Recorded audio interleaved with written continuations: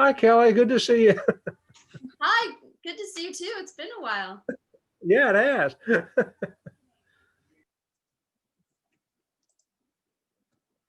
All right.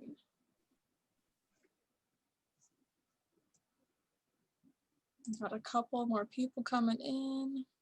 Good.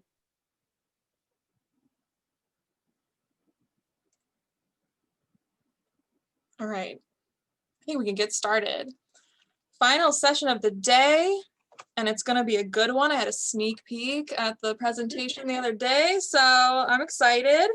This is Kelli Hicks. She is the audiovisual archivist at Nashville's Metropolitan Government Archives, and she will be talking about breaking down the walls between communities and archives, audiovisual preservation at Metro Archives Audiovisual Heritage Center. Take it away. Okay. Hi, everybody. So as you said, my name's Kelli Hicks, and I'm at the Audiovisual Heritage Center. We call that the AVHC, so that's the main acronym you have to know to navigate this presentation. And we are a project of Nashville Metro Archives. The purpose of the AVHC is to preserve and provide access to audiovisual records of Nashville, Tennessee, and the Greater South. And that collection includes some records of social justice, which is our theme today, of course, especially footage of the civil rights movement. And can everyone hear me okay? Are we all good, right? Okay. Yeah, I can hear you. Okay, great. Today's presentation is called Breaking Down the Walls Between Communities and Archives. Our project doesn't specifically collect records of dissent and social justice issues. However, we're experimenting with creative ways that we can decrease the barrier between our archive and our community in a responsible way that still supports archival preservation. And in this presentation, I'm going to talk about some of the ways we're experimenting with the definition of what an archive is and does. So in some way, I guess we could say that we are ourselves dissenting a little bit against the idea that an archive is a hidden and inaccessible space, which we've talked about so much today. So many presenters have talked about that. So let's see, my goal for the presentation today is to introduce you to the AVHC. Since we're a pretty new program, we're only about 3 years old, and because many of you may not know that we exist, I also want to start a conversation about how we can be more engaged with our communities and to introduce you to some of the resources that the AVHC and Metro Archives provides to support audiovisual preservation for other organizations, especially in Tennessee. I think this is especially valid for this conference theme since a great deal of documentation of dissent is increasingly recorded in audiovisual formats. And looking forward, I think we need to be ready for that. I'm thinking specifically of, phone recordings of social injustices and social movements, phone pictures, that kind of thing. And because audiovisual formats are notoriously challenging to preserve, as we've seen a little bit today, especially in Bridget's presentation this morning, which was amazing, they're also difficult to provide access to because of the technical and copyright issues surrounding those recordings. So I'm going to keep the presentation short today. It's only going to be about 10 minutes to start off with, because I know we probably all have a little bit of Zoom fatigue. And after the presentation, we can open it up for a Q&A session, I think, if that's okay with our moderators. And I really think that's the most important part of the presentation, since this presentation is about building community. So please keep questions and ideas and comments flowing in the comment section during the presentation. And hopefully we'll have a nice chat at the end. Please don't be shy to talk about your own projects or throw ideas out there.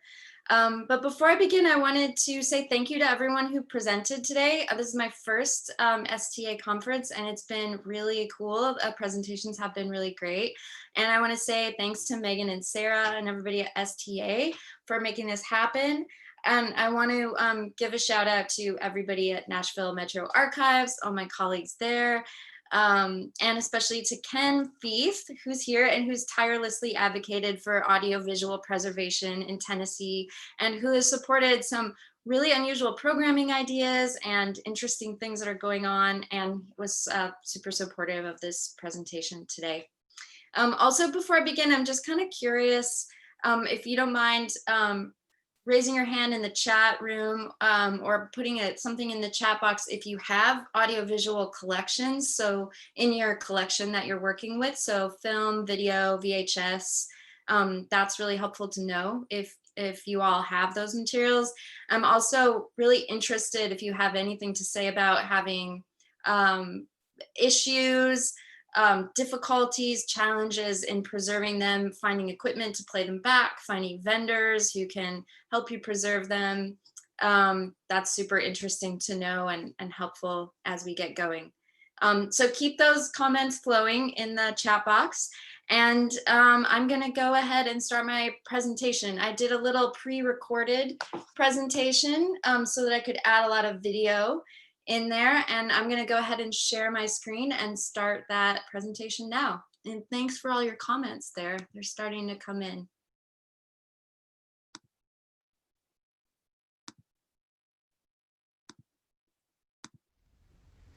The Audiovisual Heritage Center, or AVHC, is located at the Nashville Public Library, NPL, in downtown Nashville. The seeds for the idea of the AVHC project started in 2015, when there was a renewed interest from the archive staff and the production services staff at NPL in doing something about the aging collection of film and video that was stored off-site. I did a consultation for the collection that year, and in 2016, staff moved the collection to on-site storage so that it could be in a more stable environment. The next step that staff took that year was to digitize a few select films so that we could see what the content of the collection was and use that footage to advocate for the preservation of the rest of the collection. That early footage, which you are seeing some of right now, turned out to contain footage of the civil rights era, openings of library branches, and other historic footage essential to the history of Tennessee. So this was a big find. Thankfully, the message was received that this collection had to be preserved, so in 2017, the Nashville Public Library Foundation generously supported the preservation project as an ongoing program of the library and the archive. Since that time, in 3 years, the AVHC and our interns and volunteers have inventoried over 4,000 assets and preserved over 70 unique films.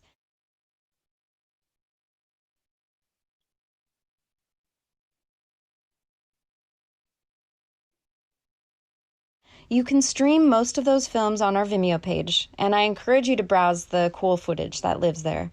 That footage is free for use for anyone if you send in a footage request.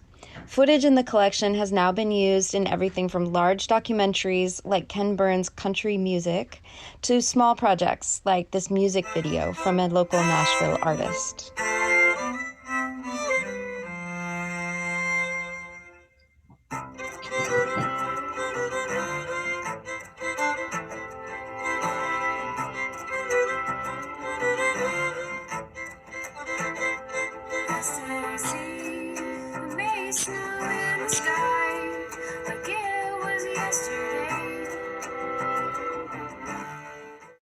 Community engagement and the encouragement of creative reuse of archival collections is part of the AVHC's core mission. We have been experimenting with a variety of ways to get the public excited about our collections and with unique programming, all with the purpose of getting those collections out of the archive and into the streets. In other words, we want to break down that wall or perceived wall between archives and the community, because as most of us have experienced, it can sometimes be intimidating for community members to use archives. Here are a few examples of our community projects, and I would love to hear about the projects that you're working on in the comments or in our Q&A session. In 2019, we partnered with the historic Nashville site, Fort Negley, to present a screening of films in our collection by James Kilgore, a Nashville-based filmmaker who worked from 1935 all the way to around 2005. His color footage of World War II, which we found in our collection in 2018, was the highlight of that screening.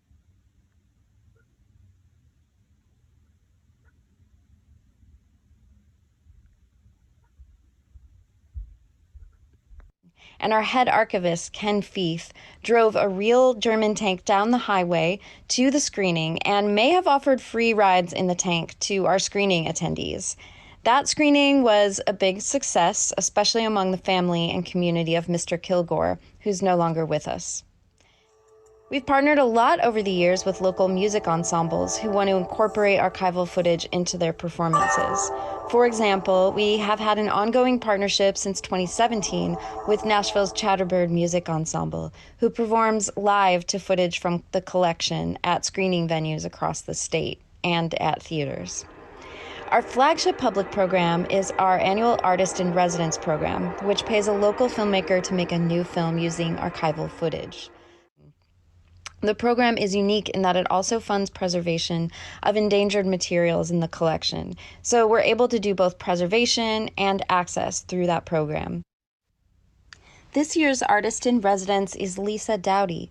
Our partners are Intersection Music Ensemble, composer Brian Jones, and the Parthenon. A screening of Lisa's work along with a live performance by Intersection will occur at the Parthenon, but it's been postponed until 2021 due to COVID-19. Until then, here is a behind-the-scenes look at the recording of the music score to be used in the film.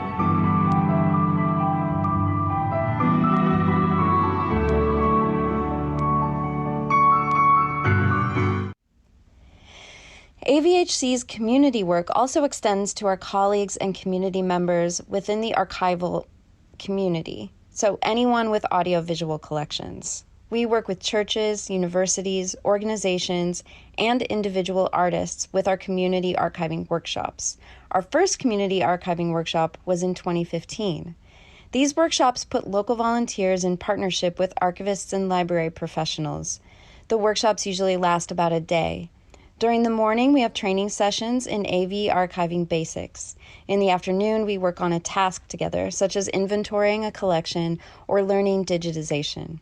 Workshops usually have about 20 to 30 participants, and we usually complete a collection of about 130 items. These workshops are not just about getting work done. They're about creating a strong network in the community so that we can help support each other in this complicated process of audiovisual preservation, learn from each other's experience, and share resources like knowledge and equipment. Because we all know that if you're an archivist, you have to be a librarian, a technician, a content expert, so we want to help each other as we wear all of these different hats. So you might be wondering what exactly the CAW is. The CAW is a collective of archivists who've been putting on workshops since around 2010. The CAW has grown significantly in the last 3 years as interest in these types of services has grown. In 2018, CAW received a grant from the Institute of Museum and Library Services to create CAW partners and hubs in different geographic regions. The Southeast is one of those regions, and Nashville Metro Archives and the AVHC are the hub for that area's workshops and resources. As part of this project, we partnered with Fisk University in Nashville and Appalshop Archive in Kentucky to put on CAWs and train partner organizations in putting on their own CAWs. As part of that project, AVHC is also creating portable digitization stations that can be checked out in the Southeast and used as training tools for learning audiovisual digitization. Those kits should be ready in spring of 2021. Because of COVID-19, we're also developing more online training tools that'll be ready in 2021 as well. So if you're interested in holding a CAW or accessing some of our training tools or learning about some of our resources, please don't hesitate to drop me a line. And you can also look at a lot of our resources which are already up on the CAW website. Because of COVID-19, the AVHC has changed some of our workflows this year, and before I wrap up the presentation, I want to share with you some of the lessons that we've learned from our experience so far. Though a few projects have had to be put aside because we can't work on site, this really has been one of our most productive years. We've preserved about 45 hours of audio and video, and we've fulfilled more footage requests this year than any other year that we've been open. Here's how we've been working during COVID-19. Our staff is small. It consists of 2 people. There's me, I work part-time on the project, and our archival assistant, Carissa Riccardi, who works on project-by-project basis. And we're part of Metro Archives, so of course we also have that expertise and the staff of the archives there working with us. So first this year, we were fortunate that we happened to be building portable audiovisual digitization stations before the COVID outbreak happened. When it was safe to enter into NPL buildings again intermediately, we retrieved our portable VHS transfer station that we'd been working on and, with permission from Archives, took sample tapes home. That station is now at Carissa's home office. After a little troubleshooting, at this point we have a working station, a set of test files that have passed our quality control, and we're developing a full preservation workflow, all while working remotely. And for you more techie types out there, the second big project we took on during COVID was to review and redesign our workflow for answering footage requests. We reviewed cloud storage systems and placed copies of our reference files on a cloud server. This allowed us to answer footage requests quickly using an expiring link. It allows us to have remote access to our reference files, and it provides a backup of our files at a really low cost. This is all pretty basic stuff, but it took the pandemic for us to prioritize this task, and I can't overstate how much this has helped us to be efficient with our time and increased our ability to serve the public.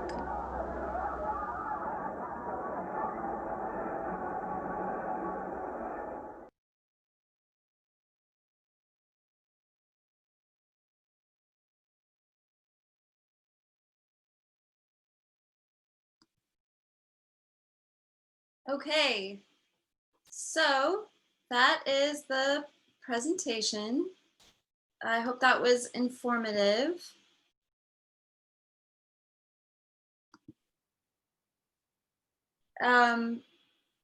Sarah, should we go ahead to and Megan, should we go to the questions? How do you want to? Let's see. You can see the chat too, yes? I can. Okay. Yeah. I mean, if you want to run it, feel free. I know there's some comments in here from questions you asked earlier. Cool, okay. Yeah, so we have definitely people with audiovisual collections mentioning that digitization on a very, very small budget. Yeah, I'm curious too if people are doing in-house preservation and digitization or if they're mostly using vendors. We use a mix. We do a little bit of both. Yeah, as you saw there. Okay, and the most we've done our audio in-house, we have had digitization done by outside vendors, but our video collection is a mystery. Yeah, it's always a mystery because with magnetic media, you have to play it back in order to know what it is, but then you don't want to play it back because you don't want to damage it. So it can be really challenging. Much of what we have digitized in our largest civil rights collection, we have film that was never touched. Yeah, yeah.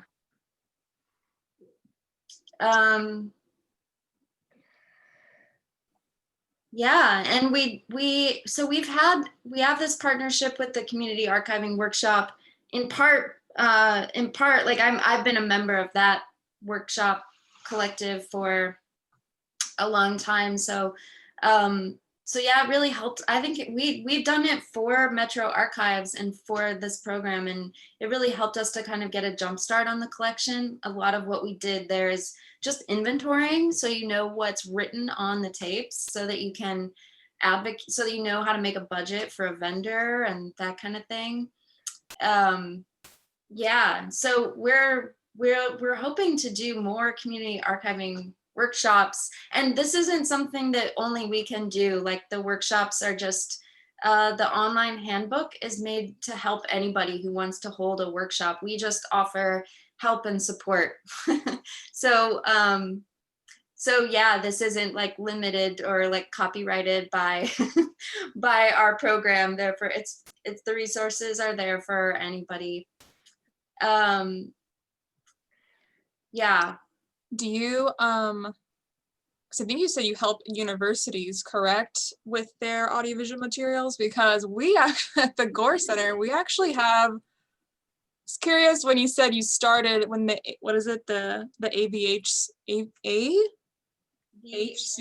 Wow, that's hard at the end of the day.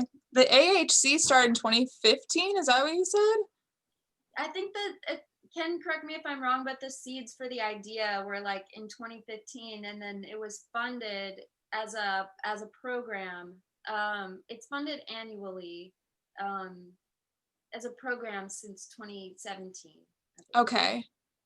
Because we actually got a transfer from you all at Metro of a bunch of news tapes that I'm going to be honest with you. They just have been sitting in our collection because we don't have the expertise. We don't have audiovisual expertise here.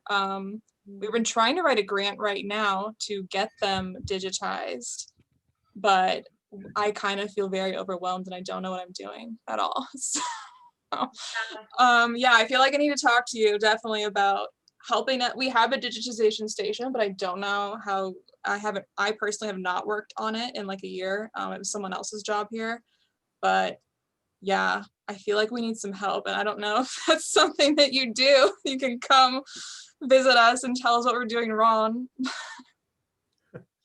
Yeah, I mean, I'll let Ken field that, but I think that we're happy to like put our 2 cents in there, especially since we're not having actual workshops. But I can also point you to some resources for sure. There are so many resources out there to help with audiovisual preservation, but they're just like, it's hard to find the right ones, and it's hard to find to trust what you're reading, because different vendors might tell you different things and people will have different opinions.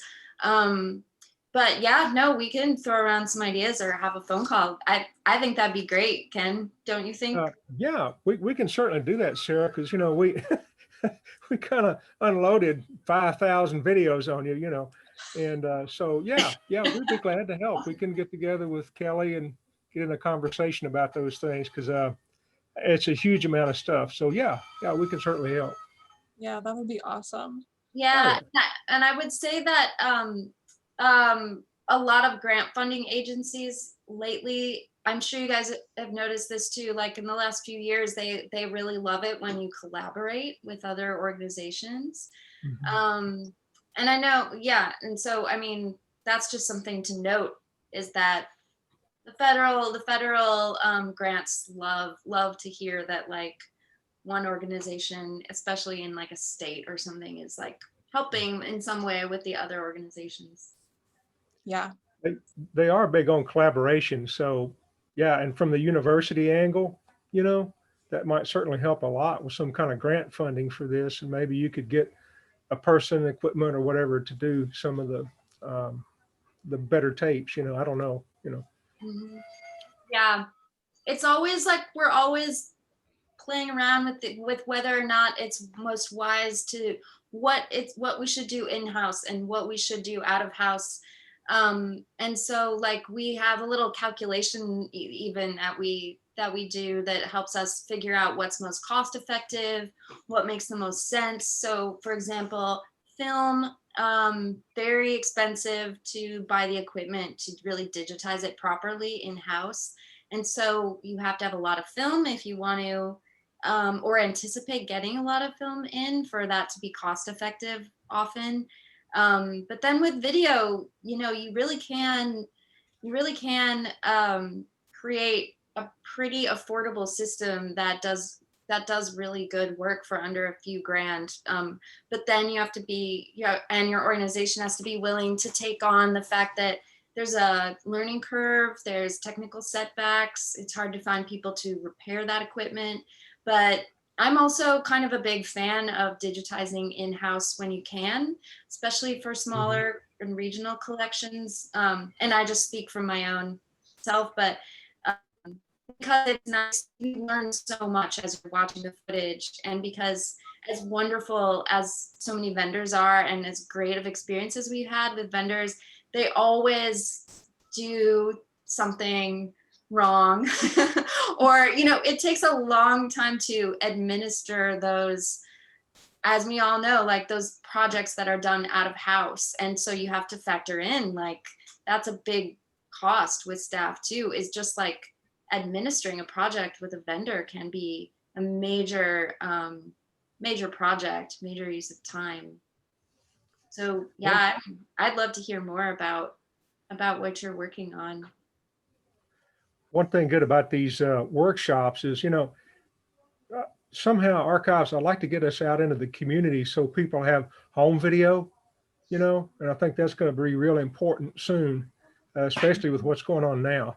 And so if we can get that digitized, all the protests, whatever's out there, but even from, when video started in the early 70s, I mean, this stuff is around. So if we can get into those communities, African-American, Asian, Arabic, whatever's out there, and kind of collect that up, I think that would be really important for us, as a government archives, it stretches us a little, but I think it's important. But some of y'all could really go after this, I think.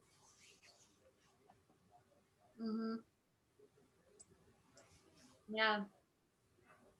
And these kits that we have that will be ready in 2021, they're taking longer than we anticipated to create. I feel like I'm always telling Ken, the kits will be ready.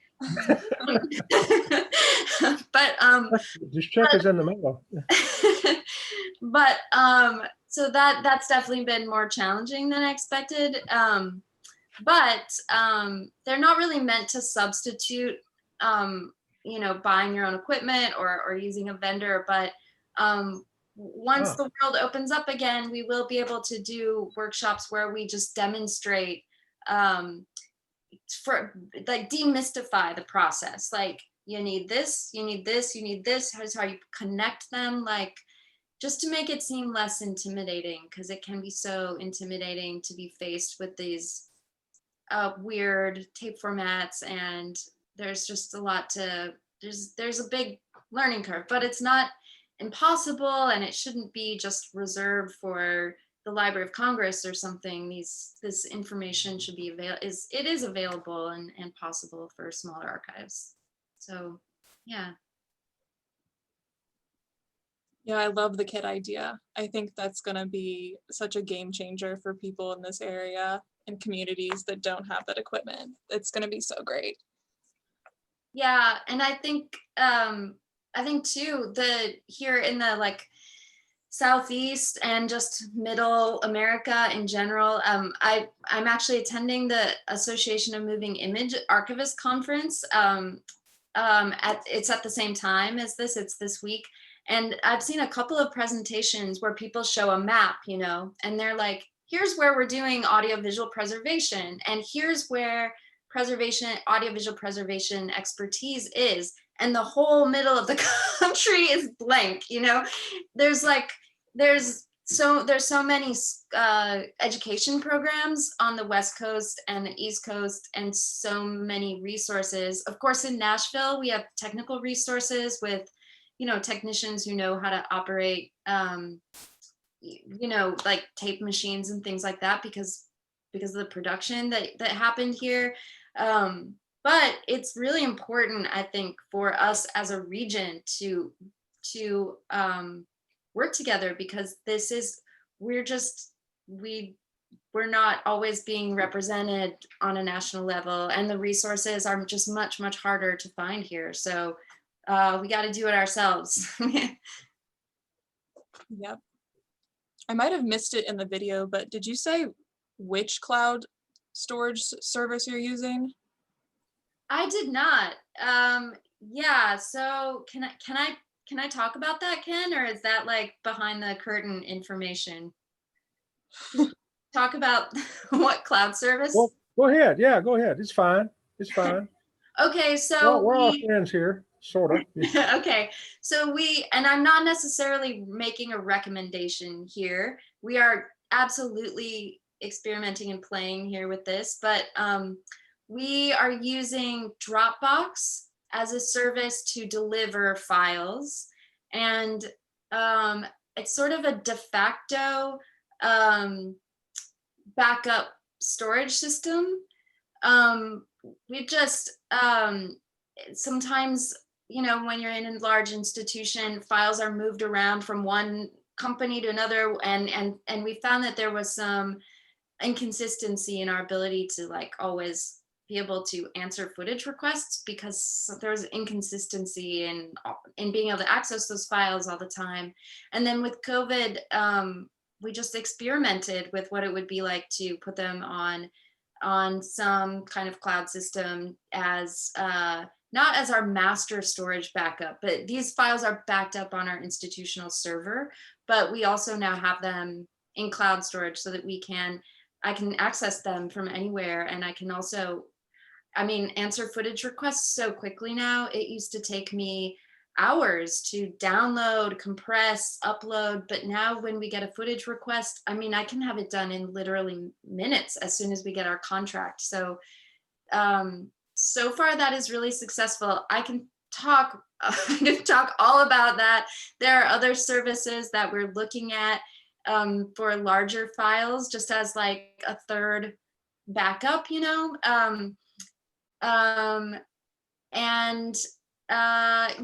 I have some issues with Dropbox, but it has been really great. And I do have to say this is that I got AT&T started offering in my neighborhood, they started offering fiber optic internet, and they finally came into my neighborhood and I got that and like a really fast speed internet, and it actually cost me the same as my old internet. And that was key for me. Like I could not figure out why I couldn't use cloud storage. I couldn't even upload like a 250 megabyte file, and that has made a huge difference. So I'll stop nerding out there, but that's my long answer to your short question. Oh, I appreciate it, because we've been looking into cloud storage, not necessarily for AV stuff, but for like a lot of our anything we digitize. So I was just curious to what you were using. So I appreciate it. Thank you. It's nice that we can deliver things with an expiring file, so we don't have to follow up on that. Basically, because we have a super small staff, anything that we do to make our time use very, very efficient so that we can move on to the next thing is like key. It's key for us. But it is complicated now because we get files have to go and be stored in so many different places to make sure we're covering our bases. I'm sure you guys face that too. So on the front end, it's quite a bit more work to have the servers and the cloud storage. So it's quite time consuming, like up front. But then it makes everything else so much better down the road. So we're experimenting, and so far it is so great. I'm just like a happy nerd about it. Yeah.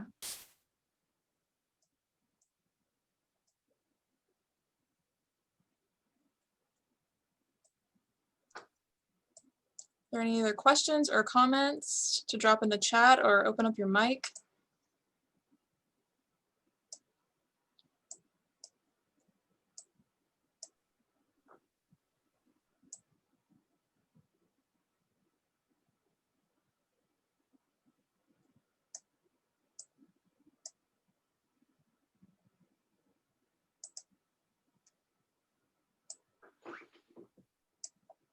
Looks like maybe we're all tired now. It's the end of the day. This was an excellent presentation. Thank you so much. I didn't know the wealth of resources that we even had right here in my backyard. So yeah, you'll be hearing from me, Kelly. Right, yeah, let's do it. Hopefully I don't annoy you too much in the future. Okay. Yeah, thank you so much. Thank you to everyone who stuck it out until the end. I appreciate it. I know not everyone's here, but I'm just going to say thank you to all of our presenters anyway. Yeah, have a lovely rest of your day, and look forward to an email from STA about a survey so you can tell us what we can improve upon and what you liked. Positive things are good too. All right, thank you everyone. Goodbye. Bye. Till Bye. next time. Thanks you guys so much.